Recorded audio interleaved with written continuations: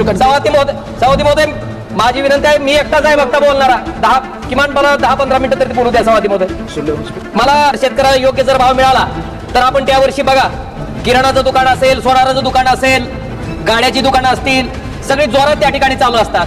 पण ज्या वर्षी शेतकऱ्याचं पीक पिकत नाही, शेतकऱ्याच्या मालाला भाव मिळत नाही, त्या वर्षी मात्र ही सगळे व्यवसाय करणारी लोक त्या ठिकाणी माशा मारत बसलेले असते. मिळणं बाकी आहे.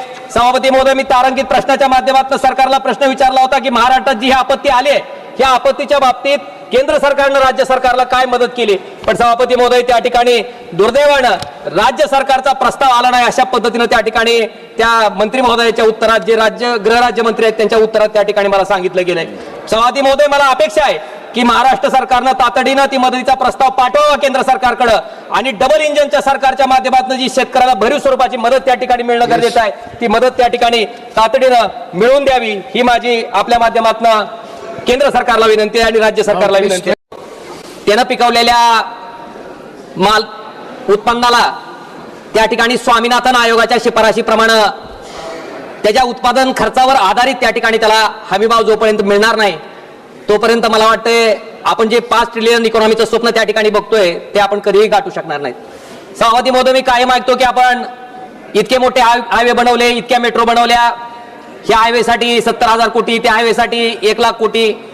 सभापती महोदय, पण मला वाटतं अटल बिहारी वाजपेयीजींचं त्या ठिकाणी विजन होतं नदीजोड प्रकल्प. मला वाटतं नदीजोड प्रकल्पाच्या बाबतीत आपण मोठ्या प्रमाणात पैसे खर्च करून, बजेटमध्ये तरतूद करून त्या शेतकऱ्याला शाश्वत पाणी त्या ठिकाणी का उपलब्ध करून देत नाही. मला वाटतं हा माझा सरकारच्या पुढे प्रश्न आहे.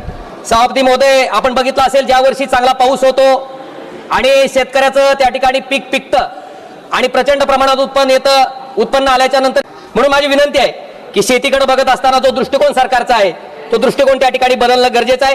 ती शेती नफ्याची, ती शेती फायद्याची कशी करता येईल ह्याच्यासाठी सरकारनं त्या ठिकाणी प्रयत्न करणं गरजेचं आहे. सभापती महोदय, मी महाराष्ट्रासाठी एक म्हणणं त्या ठिकाणी मांडतोय. पश्चिम वाहिनी नद्या ज्या आहेत, वैतरणा, उल्हास समुद्रातनं ज्या नद्या वाहून जातात, महाराष्ट्राच्या मंत्रिमंडळानं त्या ठिकाणी सप्टेंबर 2024 मध्ये पाणी वळवण्यासाठीच्या प्रस्तावाला त्या ठिकाणी मंजुरी दिली. सभापती महोदय, या प्रकल्पाच्या अंतर्गत जवळपास 55 TMC पाणी आणण्याच्या दृष्टीनं सविस्तर प्रकल्प अहवाल डिसेंबर 2025 पर्यंत पूर्ण करण्याचं उद्दिष्ट त्या ठिकाणी सरकारनं ठेवलेलं आहे. आणि ह्या प्रकल्पासाठी साधारणतः 70,000 कोटी रुपयाची गरज असून मला वाटते ते जर पैसे त्या ठिकाणी उपलब्ध करून दिले तर साधारणतः 70 TMC पाणी ही दुष्काळग्रस्त मराठवाड्याला त्या ठिकाणी मिळणार आहे. आणि महाराष्ट्रासाठी नदीजोड प्रकल्पाची का आवश्यकता आहे? नारपार असेल, अंबिका असेल, औरंगा असेल, दमणगंगा, वैतरणा, उल्हास यासारख्या नद्याच्या खोऱ्यातील जे अतिरिक्त पाणी आहे, जी गोदावरी खोऱ्यातील कोरडवाहू भागामध्ये जर आपण त्या ठिकाणी वळवलं तर निश्चितपणे त्या शेतकऱ्याचा त्या ठिकाणी फायदा झाल्याशिवाय आणि त्याला मुबलक प्रमाणात पाणी, शाश्वत पाणी उपलब्ध झाल्यामुळं त्या ठिकाणी निश्चितपणे त्याला ती जी शेती ही फायद्याची त्या ठिकाणी करता येईल आणि त्याच्या माध्यमातून उत्पन्न घेऊन त्याचा प्रपंच त्या ठिकाणी करता येईल. सभापती महोदय, मला माझ्या धाराशिव लोकसभा मतदारसंघामध्ये जून ते सप्टेंबर महिन्यात जी प्रचंड प्रमाणात त्या ठिकाणी अतिवृष्टी झाली आणि ज्या अतिवृष्टीमुळे शेतकऱ्याचं प्रचंड असं मोठ्या प्रमाणात नुकसान झालं. सभापती महोदय, त्या नुकसानीच्या बाबतीत जवळपास माझ्या लोकसभा क्षेत्रामध्ये 5,77,544 हेक्टर इतक्या क्षेत्राचं त्या ठिकाणी नुकसान झालेलं आहे. आणि महाराष्ट्र राज्य सरकारनं त्या ठिकाणी जवळपास 31,628 कोटीचं पॅकेज त्या ठिकाणी जाहीर केलंय. पण सभापती महोदय, दुर्दैवानं या ठिकाणी खंत व्यक्त करावी वाटते की केवळ 14,000 कोटी रुपये त्या ठिकाणी शेतकऱ्याच्या पदरात अद्यापर्यंत पडलेत.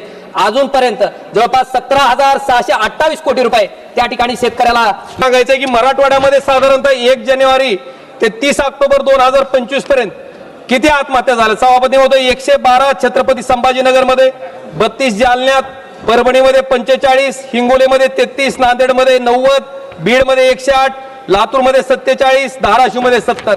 मला वाटतं इतक्या प्रचंड प्रमाणात शेतकऱ्यांनी स्वतःचं जीवन त्या ठिकाणी संपवलंय. सभापती महोदय, माझी विनंती आहे की आपण बघितलं असेल, शेतकऱ्याच्या खताला GST आहे, शेतकरी जे कुठल्या औषधं त्या ठिकाणी वापरतोय त्याला GST आहे, पण GSTचा परतावा शेतकऱ्यांना कुठून घ्यायचा? सभापती महोदय, शेतकरी हा शेवटचा उपभोक्ता आहे, त्याला GSTचा परतावा त्या ठिकाणी घेता येत नाही. म्हणून माझी विनंती आहे केंद्र सरकारला की GST जो शेतकऱ्याच्या खतावर, बियाण्यावर, त्या ठिकाणी तणनाशकावर लावला जातो तो GST त्या ठिकाणी कमी करावा, रद्द करावा, ही माझी कळकळीची विनंती सभापती महोदय आपल्या माध्यमातून केंद्र सरकारला त्या ठिकाणी आहे. सभापती महोदय, मला आपल्याला सांगायचंय की धाराशिवसाठी सगळ्यात महत्वाचा आई तुळजाभवानीचं जे तीर्थक्षेत्र आहे ते रेल्वे मार्गाने जोडण्यासाठी, सभापती महोदय मला थोडासा वेळ द्या. सभापती महोदय, रेल्वे मार्गाने जोडण्यासाठी सोलापूर तुळजापूर धाराशिव हा रेल्वे मार्गाची घोषणा सभापतीमध्ये 2014ला झाली होती. 2019च्या नंतर जवळपास 3200 कोटी रुपयाची त्या ठिकाणी आवश्यकता ह्या रेल्वे मार्गासाठी आहे. सभापती महोदय, राज्य सरकारनं निम्मा खर्च उचलण्याची हमी त्या ठिकाणी केंद्र सरकारला दिली आहे, पण दुर्दैवानं 1 रुपयाची तरतूद त्या ठिकाणी राज्य सरकारनं ह्या प्रकल्पाच्या बाबतीत केली नसल्यामुळं केवळ तुळजापूर पासून धाराशिव पर्यंतच्या रेल्वे मार्गाचं काम चालू आहे, पण तुळजापूर पासून सोलापूर पर्यंतच्या रेल्वे मार्गाचं टेंडर अद्यापर्यंत त्या ठिकाणी अंतिम झालेलं नाही. आणि त्याच्यामुळं जे स्वप्न आहे सोलापूर तुळजापूर धाराशिव आई तुळजाभवानीचं तीर्थक्षेत्र त्या ठिकाणी जोडण्याचं ते स्वप्न त्या ठिकाणी अपुरं राहतंय. सभापती महोदय, मला माझ्या मतदारसंघातल्या फक्त 2 मागण्या मला तुमच्या माध्यमातून केंद्र सरकारच्या समोर ठेवायच्यात. सभापती महोदय, आमच्याकडं कनेक्टिव्हिटी रोडची चांगले धुळे सोलापूर त्या ठिकाणी हायवे आहे. सुरत चेन्नईचा महामार्ग सुद्धा त्या ठिकाणी भारतमाला प्रोजेक्ट मधनं बाहेर आल्यामुळं त्याला वेळ लागतोय, पण माझी विनंती आहे की त्याला सुद्धा लवकरात लवकर मंजुरी द्यावी. आणि मला वाटतं हे सगळे महामार्ग झाल्याच्या नंतर धाराशिव MIDC मध्ये एक लॉजिस्टिक पार्क त्या ठिकाणी केंद्र सरकारनं उभा करावं, ही माझी त्या ठिकाणी आपल्या माध्यमातून केंद्र सरकारला त्या ठिकाणी सभापती महोदय कळकळीची विनंती आहे. आणि त्याचबरोबर धाराशिव शहरासाठी जी सुरत चेन्नईचा ग्रीनमेंट अलाइनमेंट जी त्या ठिकाणी अजून प्रलंबित आहे, त्या ठिकाणाहून वैरागपासनं धाराशिव जिल्ह्याला जोडण्यासाठी धाराशिव शहराला जोडण्यासाठी एक स्पर रोडची मागणी त्या ठिकाणी मी नितीनजी गडकरींकडे केली आहे. त्याला सुद्धा त्या ठिकाणी मान्यता द्यावी, ज्याला 1365 कोटी रुपयाची आवश्यकता आहे. ही सुद्धा माझी विनंती आपल्या माध्यमातून सन्माननीय केंद्र सरकारकडे सभापती महोदय